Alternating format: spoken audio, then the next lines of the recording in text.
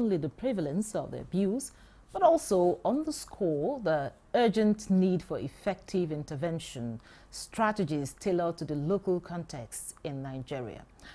In Nigeria, a confluence of factors contributes to the vulnerability of children to sexual exploitation, including poverty, lack of education, and social norms that perpetuate harmful practices. The National Survey of Violence Against the Children highlights that economic hardship often drives families to marry off their daughters at an early age or engage in transactional sex as a means of survival. Furthermore, cultural attitude toward gender and sexuality can silence victims and also, discourage reporting, leading to underreported cases and a lack of accountability for perpetrators. The intersection of these factors creates a conducive environment for perpetration of child sexual exploitation. Nigeria Today takes a look at ways to tackle child sexual exploitation. Thanks for joining us. I am Eukaria Clinton, and this is Nigeria Today.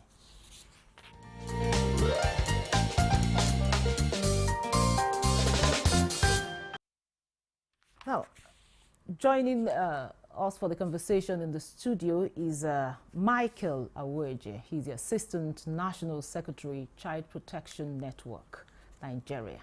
Glad to have you in Nigeria Today. It's a pleasure. Good evening.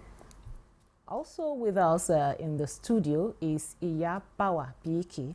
She's Partnerships and Compliance Lead at Gender Mobile Initiative. She's also a human rights lawyer. You're welcome to Nigeria Today. Thank you for having me. Now we've talked, from the introduction, of course, we've had so much about child sexual exploitation or child exploitation. Now, we want to put it in proper perspective. I'll start with you, Michael. What does child exploitation or sexual exploitation mean?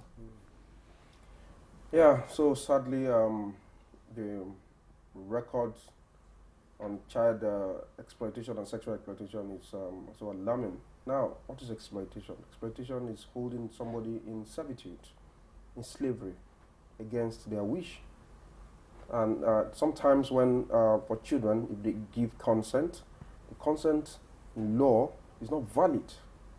It is exploitative, it's an extortion, it's a slavery, it's a servitude, for purposes of either pornography, trade in, sexual content, sale of those contents to, people across the world and all that, or even holding them in physical slavery with attendant consequences of ill diseases. We have issues of emotional and psychological trauma, mental health issues, and even school dropout, and a whole lot of consequences are attendant to this. Okay, we'll come to the consequences and, of course, how it can be addressed or managed. Now, to you, Iyad, can you just talk to us about the different forms of child exploitation, looking at the Nigerian context now? Well, like Barrister Michael rightly said, we have issues of domestic servitude. If you look at our context, you realize that we have a lot of underage people doing a lot of, I would term, slavery, because there is no sort of monetary compensation, there is no sort of educational, educational value to what they're doing. So they're just extremely exploited. And, we also have the issues of child trafficking. We have the NAPTIP who are doing an amazing work. But when you see the data and statistics, you know that we still have a long way to go. And sometimes you even see that some of these children that go through this exploitation are exploited by people that should be the ones saving them and putting them, in the right course in life. So by right course, I mean making sure that they're educated, making sure that they're going through the whole circle of life, being children, and not having to grow up into harsh conditions We also have child labor, as you know. We have underage children walking around hurting, and that is exposing them to a lot of difficult factors. And there's so many issues really surrounding children, but most importantly, when you talk about child exploitation, we have to talk about sexual abuse. Sexual abuse is something that is, predominant everywhere. And it is unfortunate that a child who is supposed to be safeguarded and protected by the society has to go through something so traumatic. Even an adult would, face challenges and difficulties when you encumber something like sexual abuse or sexual assault or any sort of sexual violence. So you can imagine the impact that has on a child.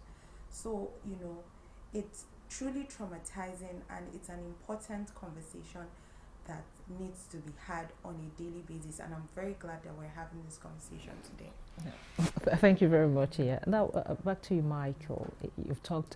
She's talked so much about the forms we have here in the country. But can you please talk to us about the consequences and of course the effects of these vices? I want to start with the Constitution of the Federal Republic of Nigeria has provided that no child, nobody at all should be held in slavery. Nobody should be held in any form or circumstance that denigrates their dignity, that impacts or impedes their dignity as a human being. Now, the Convention of the Rights of the Child, the African Charter, the Child Rights Act, and several legal frameworks have addressed issues of child rights broadly and very specifically. Now, they have all prohibited sexual slavery, sexual exploitation, economic exploitation, physical exploitation, assault, battery, and all of those things. Even the criminal code and the penal code have all, criminalized all of that. Part of the challenges is that of enforcement. The other challenge is the fact that Nigeria is so large, and now you have, limited manpower. Police in Nigeria, protecting the children, the social welfare, the Ministry of Women Affairs, and all the components, including the NGOs. There are few when you compare to, the millions of children in Nigeria. People who are in difficult places to reach, in extortion and exploitative educational backgrounds, where all of these things still go on, even within the circle of school. A lot of children now are deserting school, they're leaving school, they're dropping out of school because they're exploited, they're extorted, and people are not talking about that. What about our cultural norms of the hush norm, where you cannot report people who are sexually abusing you, whether they are your near relatives, your parents, your uncles? You cannot say anything.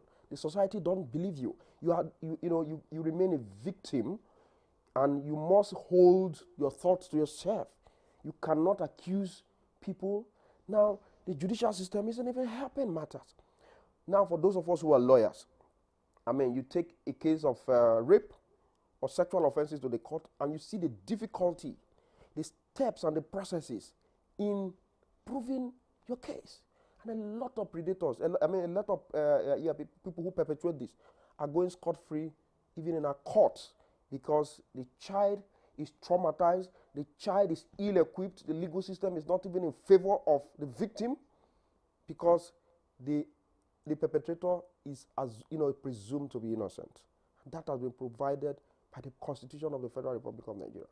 Now, I have argued that why should issues of plea bargain, for example, be correlated in issues of sexual offenses?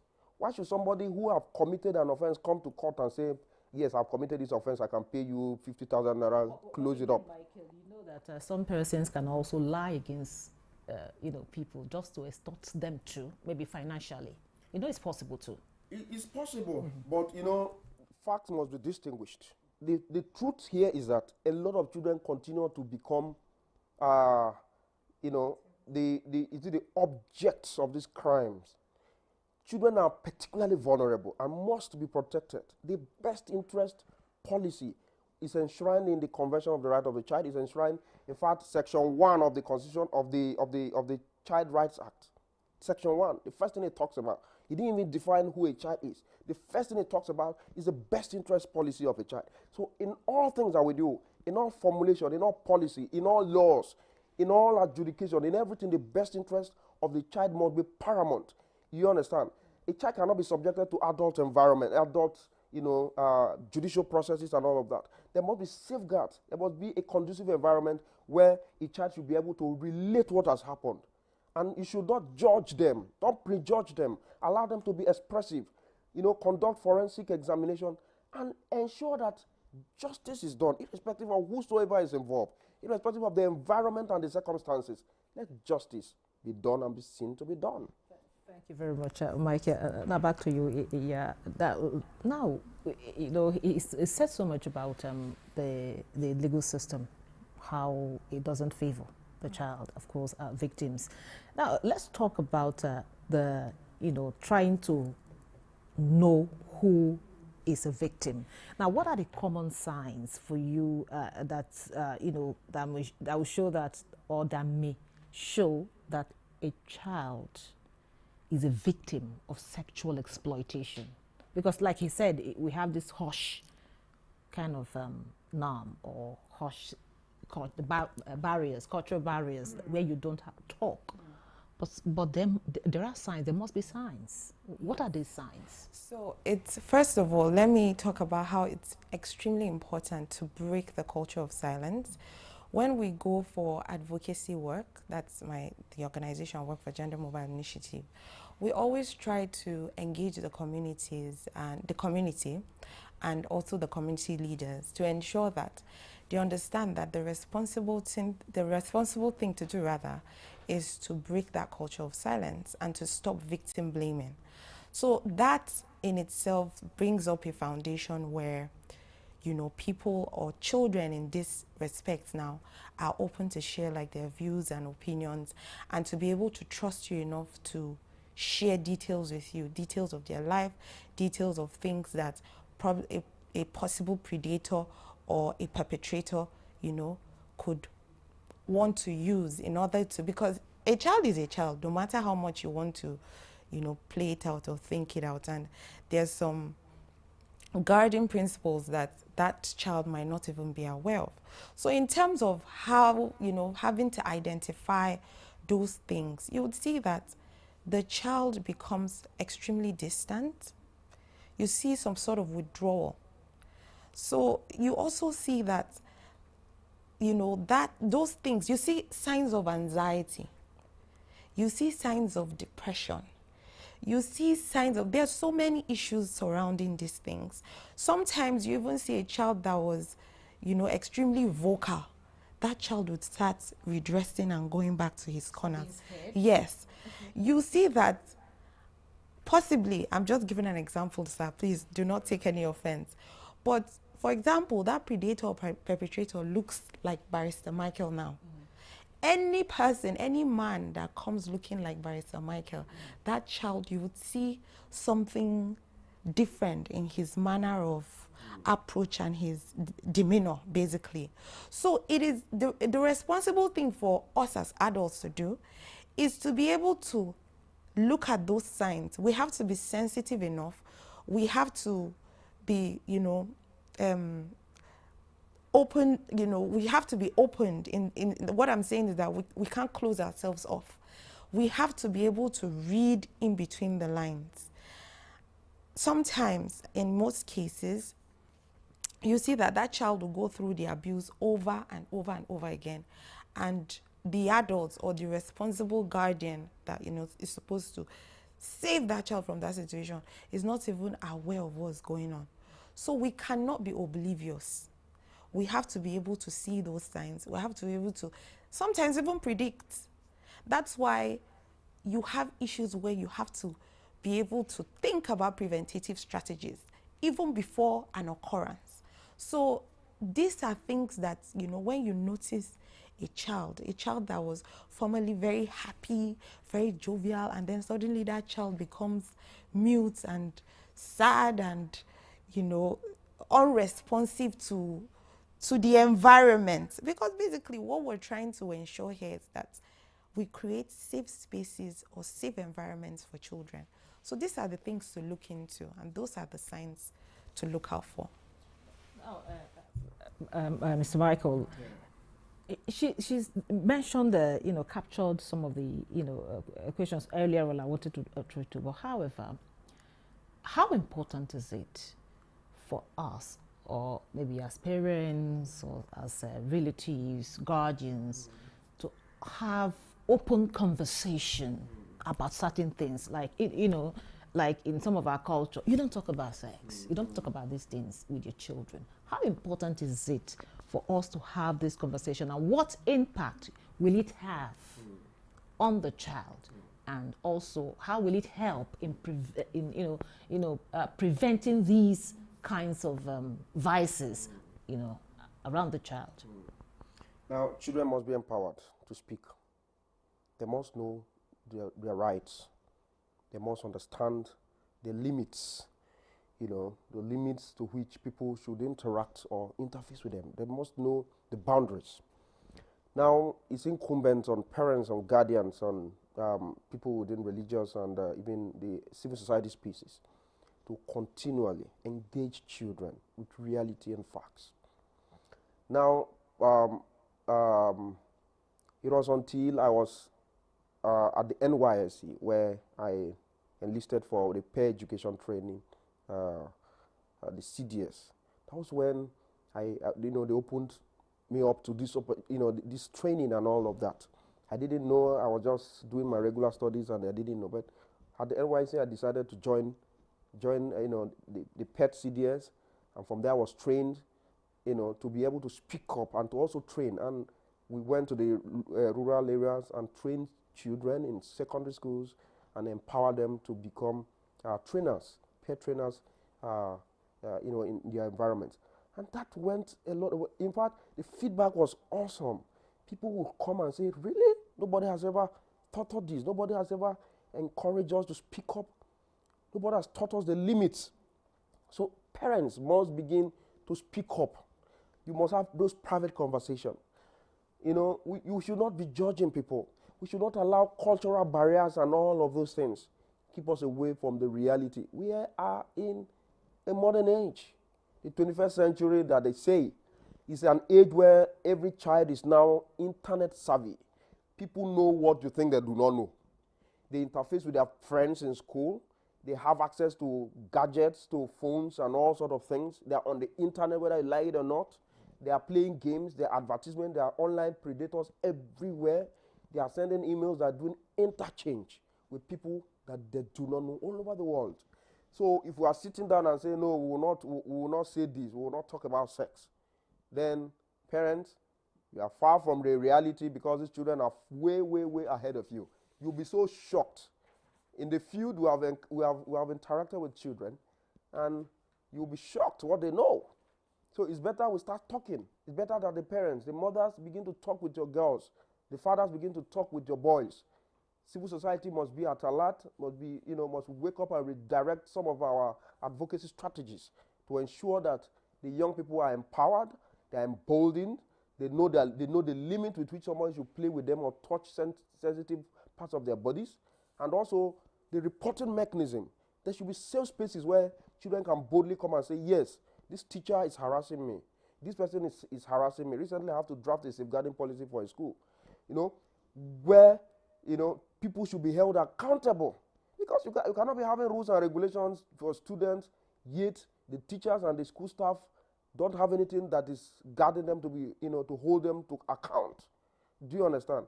So it's a lot of things need to be done. Parents, the society, traditional rulers, our communities, they need to open up, because the world is fast moving ahead of us. That's the reality. Now to you, Bawa, of course, I know he's talking from the male perspective and also generality. But you talk from the female perspective, you know, what can be done to address some of these, lacunas. We have the technology. Everybody's on the internet. Even the children, 4 years old child, when they handle a phone, you'll be shocked at what they can do with the phone. So how can we ensure that how will I put it now, the child exploitation or child sexual exploitation is nipped in the bud, or even kind of, will I say reduced? Because if you say prevent entirely, I don't know. If that's a tall dream. Yes, so he actually did give a perfect perspective, whether being a male or, And I just want to give a short, very brief story. I encountered a video on the internet, and somebody, actually a celebrity, a US celebrity, was talking about how he went to get coffee and he saw a man, an adult man, properly formed adult man, using his phone. So he was behind the man and the man was scrolling through. And what he saw was that the man was actually viewing pictures of little girls from, let's say, 1 to 5. And he was viewing into those pictures and actually looking at their private parts. So he saw it. And then he screamed, "What are you doing? What are you looking at?" And then the man, was shook. So he quickly put his phone down. And he asked him again, "What are you doing? What are you trying to? I saw you zooming pictures of underage, very little girls. Why are you doing that?" And the man felt, uncomfortable. So he started to walk away. But then he now, while he was walking away, this other person moved on the line, because it was a line. And the man came back to him and he told him that. So he called him a pedophile. He said, "You're a pedophile. Why are you doing that?" And then the man came back and he told him, "You don't use those words on us anymore. We have a name. We're called minor attracted persons."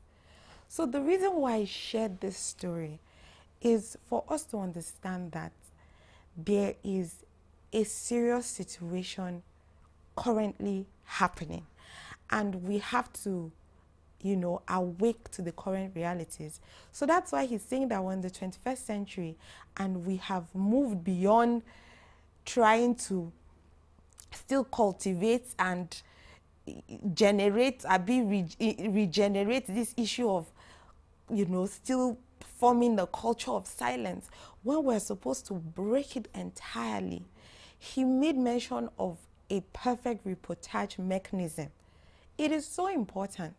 But first of all, you have to first build these children, educate them. And it's not just the children alone. We have the teachers, we have our law enforcement agencies, we have even our judiciary. Earlier on, he was talking about having specific tailored programs, policies for children. It goes beyond that. Speaking from a legal perspective, we even need to have specialized courts just for children. We don't have that.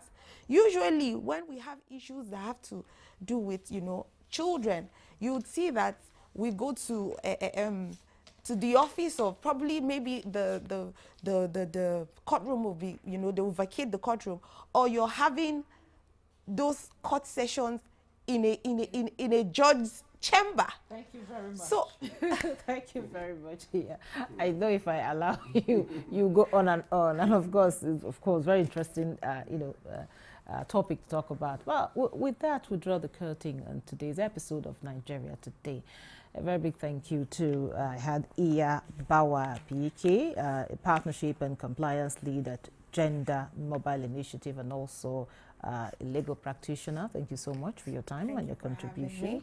And also we had Michael Aweje, Assistant National Secretary, Child Protection Network Nigeria.